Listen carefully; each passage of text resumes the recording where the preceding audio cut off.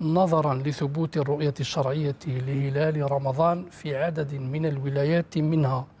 ولاية إليزي وولاية الوادي،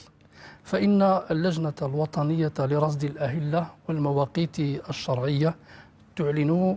أن أول رمضان 1446 سيكون بإذن الله تعالى يوم غد السبت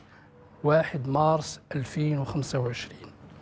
وبهذه المناسبة السعيدة المباركة نهنئ الشعب الجزائري خاصة والأمة الإسلامية عامة بحلول هذا الشهر الفضيل، سائلين المولى الكريم أن يتقبل منا صيامنا وقيامنا وصالح أعمالنا، وأن يعتق رقابنا من النار، وأن ييسر لنا فعل الخيرات والمبرات،